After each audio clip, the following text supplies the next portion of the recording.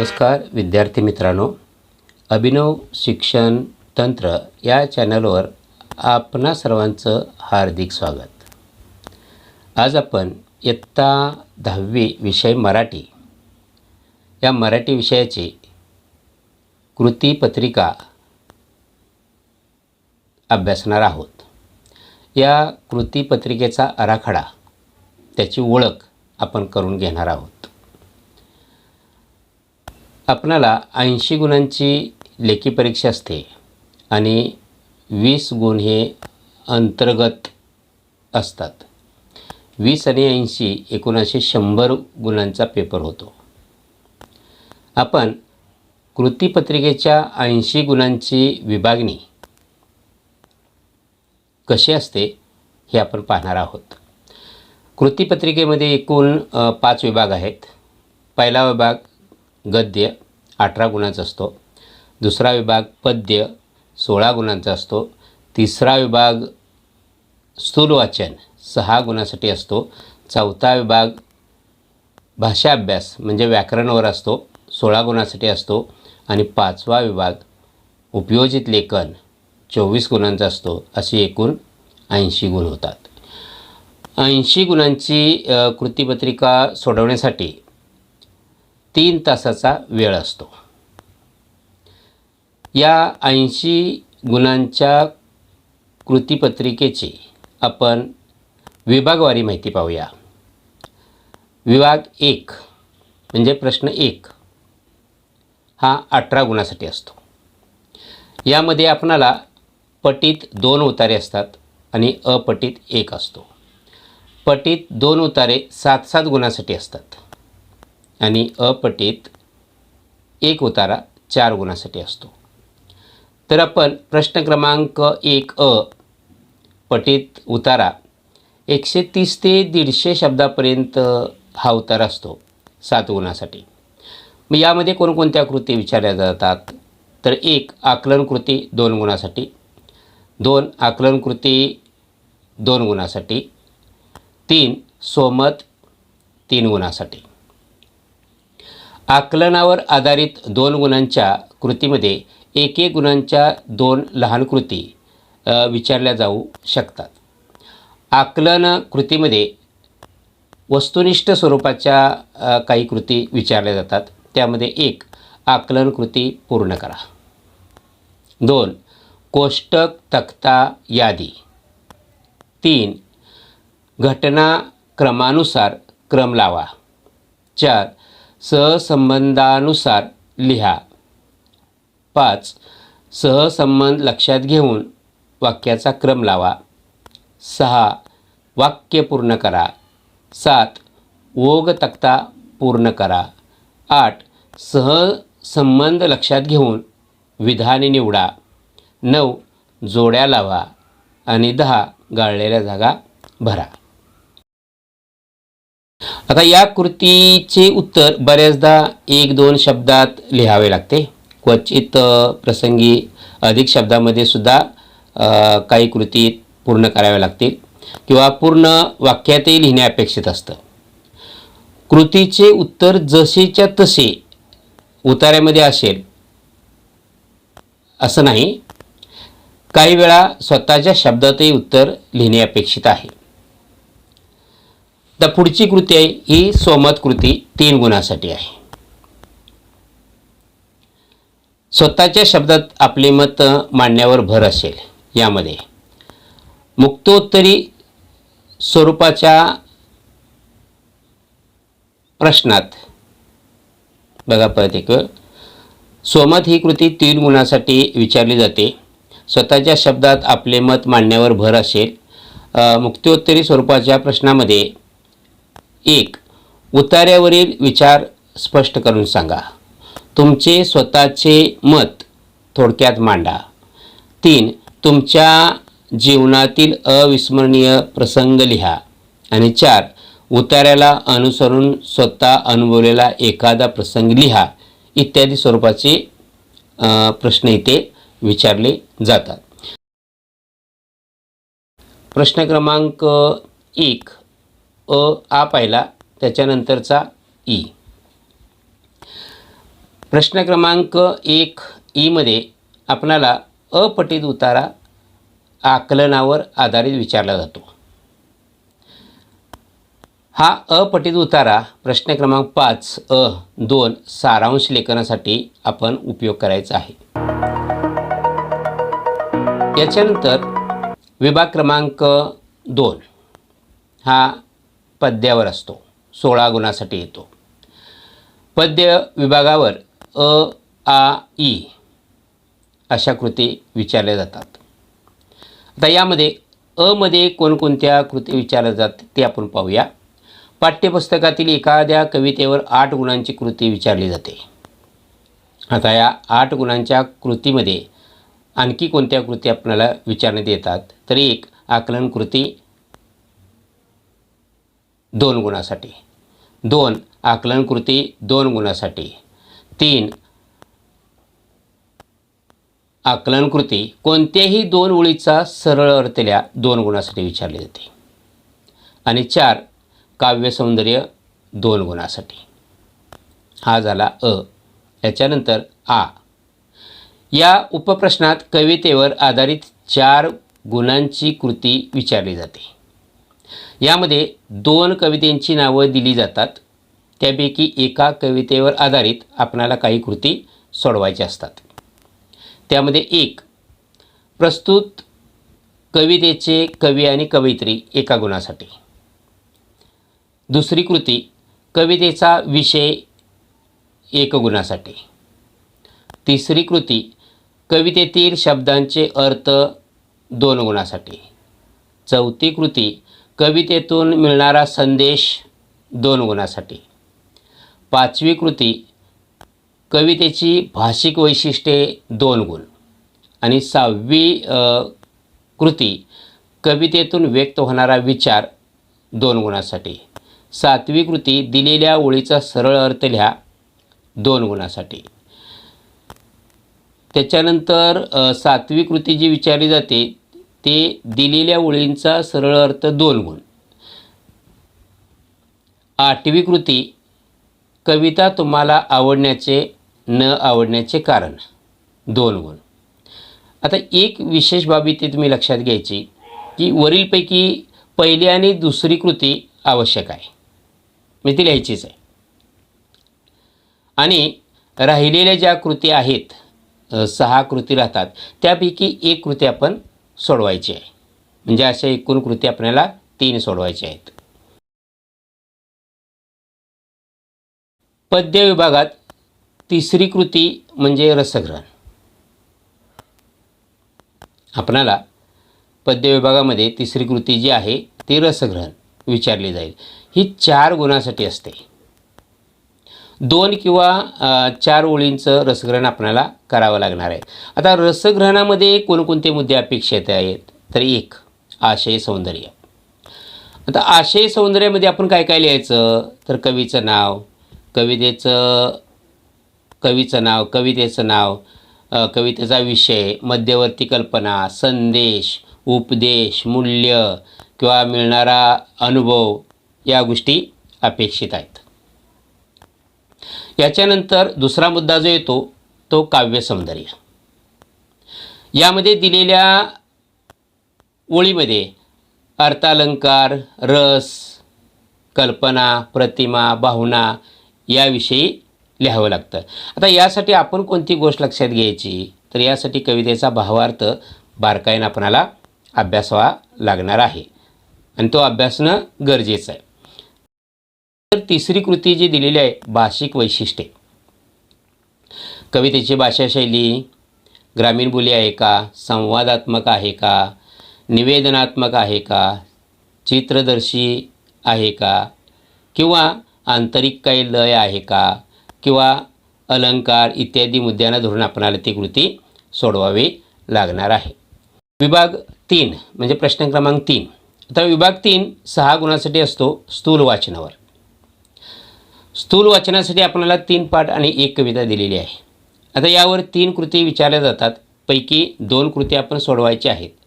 आता यामध्ये कोणत्या स्वरूपाची कृती विचारली जाईल, तर टिपा लिहा किंवा पाठातील संदेश काय, विचार काय, मूल्य काय आहे किंवा एकंदरीत त्याचा आशय काय आहे या आधाराने आपल्याला ही कृती सोडवायची आहे. पुढचा जो विभाग आहे तो विभाग क्रमांक 4 हा व्याकरणावर आहे. व्याकरण व भाषा अभ्यास. यामध्ये अ आणि आ हे 2 उपप्रश्न विचारले जातात. तर आपण बघूया अ मध्ये कोणकोणत्या कृती आपल्याला सोडवाव्या लागणार आहेत त्या. ही अ मध्ये ही कृती व्याकरणावर आधारित आहे.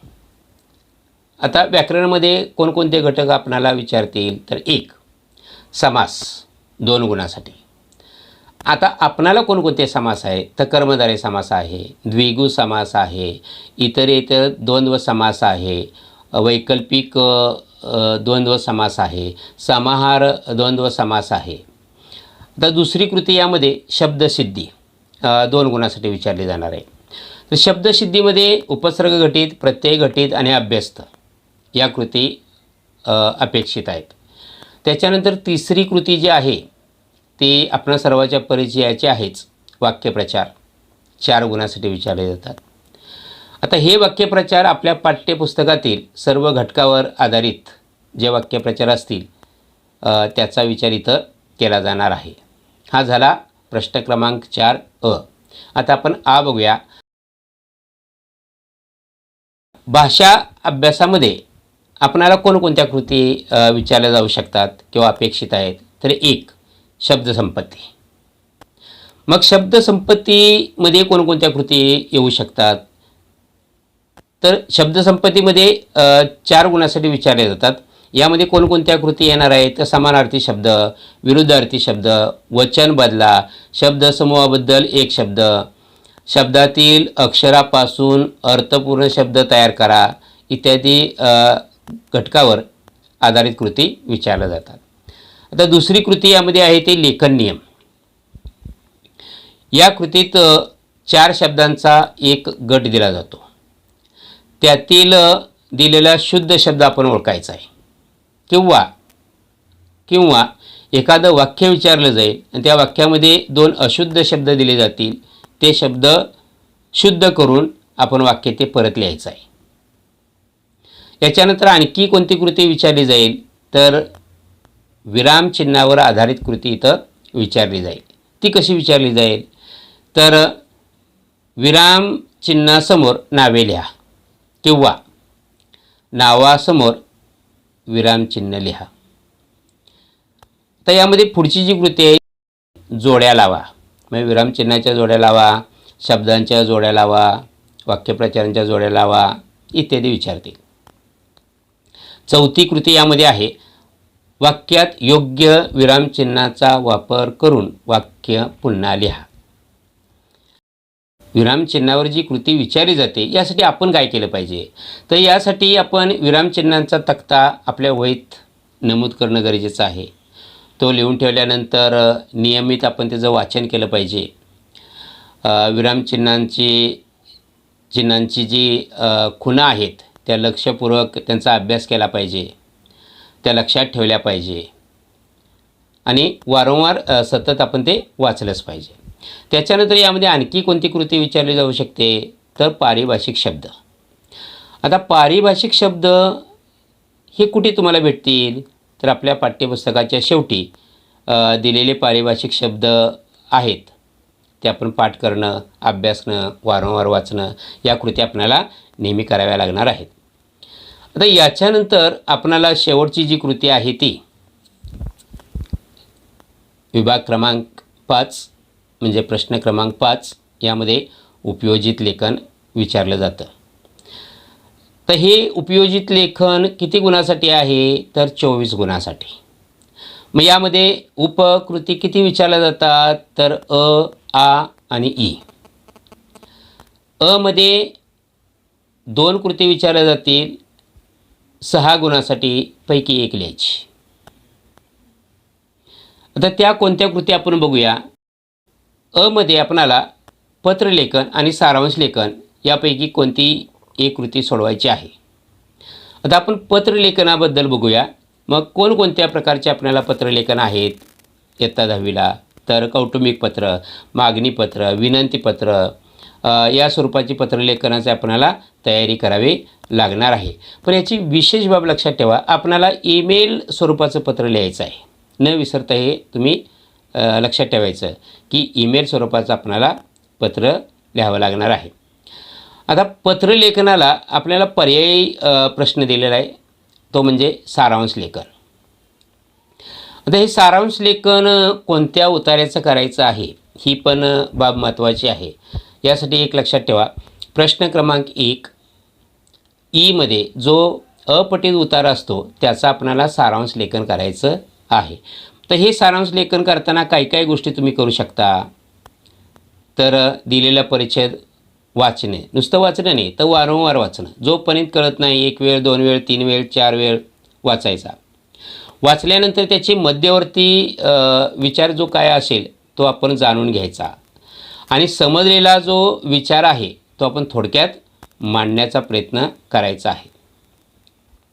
आता विशेष बाब म्हणजे पत्रलेखन आणि सारांश लेखन हे 6 गुणासाठी आपल्याला विचारणार आहेत. यापैकी आपल्याला 1 लिहायचं आहे.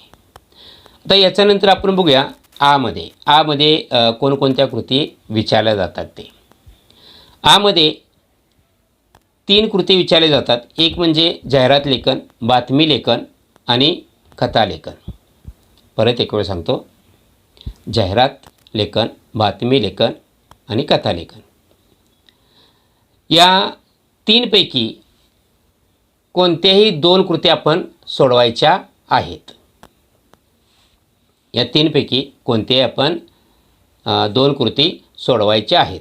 तर आपण प्रथम बघूया जाहिरात लेखन. जाहिरात लेखन हे खास करून पेनानंच तुम्ही लिहायचं, पेन्सिलचा शक्यतो वापर नका करू. तसेच चित्र काढण्याची इथं काही आवश्यकता नाही आहे.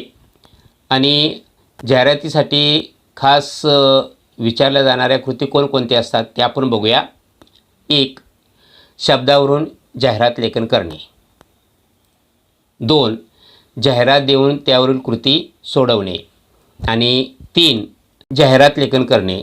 4 दिलेल्या जाहिरातीचे अधिक आकर्षक पद्धतीनं पुनर्लेखन करणे. पुढचा जो घटक आहे तो 2 बातमी लेखन. आता बातमी लेखन कसं करायचं, तर दिलेल्या घटनेवर बातमी तयार करणे. दिलेल्या सूचक शब्दावरून बातमी तयार करणं. आणि 3 कार्यक्रमाची बातमी तयार करणं. या प्रकारच्या कृती आपणाला इथं विचारतात, तर त्याचा आपण सराव करणं फार गरजेचं आहे. तिसरी जी कृती आहे ती कथालेखन. आता कथालेखन म्हणजे नेमकं काय, तर विद्यार्थ्यांच्या लेखन कौशल्याचे मूल्यमापन हा कथालेखनाचा मुख्य हेतू आहे. त्यामुळं आपणाला कथालेखन कोणत्या प्रकारचं आहे ते आपण बघूया. 1 कथाबीजावरून कथालेखन करणे. 2 शीर्षकावरून कथालेखन करणे. 3 दिलेल्या शब्दावरून कथालेखन करणे. 4 अपूर्ण कथा पूर्ण करणे. आणि 5 मुद्द्यावरून कथालेखन करणे. प्रश्न क्रमांक 5 ईमध्ये निबंध आहे, निबंधासाठी आहे. यामध्ये 3 आपल्याला कृती येतात. यामध्ये 3 कृती कोणत्या, तर 1 प्रसंगलेखन, 2 आत्मकथन आणि 3 वैचारिक निबंध. तर निबंध लेखन पाठ्यपुस्तकात प्रसंगलेखन, आत्मकथन, वैचारिक हे निबंध लेखन प्रकार निश्चित केलेले आहेत. हा प्रश्न आपल्याला 8 गुणासाठी विचारला जातो. म्हणजे 3 पैकी आपल्याला एकच कृती लिहायची आहे. त्यातला 1 प्रसंगलेखन. आता प्रसंगलेखन करताना काय काय आपल्याला काळजी घ्यावी लिहिताना, तर प्रभावी लेखन करता आलं पाहिजे. हुबेहूब वर्णन अपेक्षित आहे. भाषा सोपी असणं गरजेचं आहे किंवा खूप अलंकारिक असण्याची आवश्यकता नाही आहे. लेखन प्रसंगानुसार आणि संवेदनशील लेखन करणं अपेक्षित आहे. त्याच्यानंतर दुसरा आकडा आत्मकथन. आता आत्मकथन म्हटलं की आपण स्वतः ती वस्तू व्यक्ती आहोत अशी कल्पना करून लेखन करणं गरजेचं आहे. संपूर्ण लेखन हे प्रथम पुरुषी एकवचनी लिखाण असणं आवश्यक आहे. यामध्ये आपणाला कल्पना करून लेखन करावे, संपूर्ण लेखन प्रथम पुरुषी एकवचनी भाषेत करावे, त्यांच्या भावना, सुखदुःख, सवयी, उपयोग, कार्य याविषयी लेखन अपेक्षित आहे. त्याच्या पुढचा जो मुद्दा आहे तो म्हणजे वैचारिक निबंध. आता वैचारिक निबंध म्हणजे तर या प्रकारामध्ये विचारांना प्राधान्य असतं. दिलेल्या विषयाच्या दोन्ही बाजू मांडणे अपेक्षित असतं. मुद्द्यांची मांडणी सुसंगत आणि तार्किक असली पाहिजे. विद्यार्थी मित्रांनो, अशा प्रकारे आपल्या 80 गुणांची कृतीपत्रिका असेल यासाठी पाठ्यपुस्तकाचे सूक्ष्म वाचन करणं आवश्यक आहे. तसेच लेखन विभागाचा जास्तीत जास्त सराव आपल्याला करता आला पाहिजे. खास करून पत्रलेखन, वेगवेगळ्या प्रकारची पत्रलेखन आपल्याला करता आली पाहिजेत. आणि पत्रलेखन करताना ईमेल स्वरूपाचं पत्र आपण लिहिणं अपेक्षित आहे. त्याच्यानंतर बातमी लेखन, कथा लेखन, त्याच्यानंतर जाहिरात लेखन. तर याचा आपण जर जास्तीत जास्त जर सराव केला तर आपल्याला ते लिहायला सोयीस्कर होईल आणि गुणधन आपल्याला जास्त मिळू शकतात. यासाठी आपण काही लेखन कौशल्य प्राप्त करणं गरजेचं आहे. निबंध लेखन, वैचारिक निबंध लिहायचं म्हटलं तर पाठ्यपुस्तकाशिवाय आपलं अवांतर वाचन महत्त्वाचे आहे. म्हणजे यामध्ये विचार, म्हणी, वाक्यप्रचार, सुवचने, सुभाषिते यांचा योग्य आपल्याला वापर करता आला पाहिजे. तेव्हा हे विद्यार्थी मित्रांनो, अशा प्रकारे कृतीपत्रिका आपणास अपेक्षित आहे आणि कृतीपत्रिका आपण डोळ्यासमोर ठेवूनच इथून पुढे अभ्यासाला लागूया, तरच आपला अभ्यासक्रम नक्की अगदी सोयीस्कर होईल. धन्यवाद.